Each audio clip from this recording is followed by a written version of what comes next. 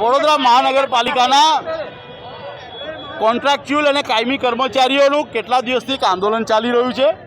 આ કોર્પોરેશનમાં આ કર્મચારીઓ એમના હક મળતા નથી। ઘણી રજૂઆતો કરી, કમિશનરશ્રીને, મુખ્યમંત્રીશ્રીને પત્રો લખ્યા, પણ તેમ છતાં કોઈ પ્રત્યુત્તર નથી મળ્યો।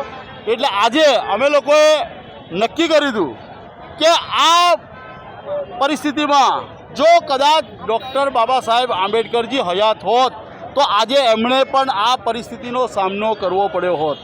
આજે એ હયાત હોત તો હું એવું માનું છું, મારું પોતાનું એવું માનવું છે કે ખૂબ દુઃખી થયા હોત કે મારા બંધારણની આપણે આ લોકોએ આ હાલત કરી નાખી।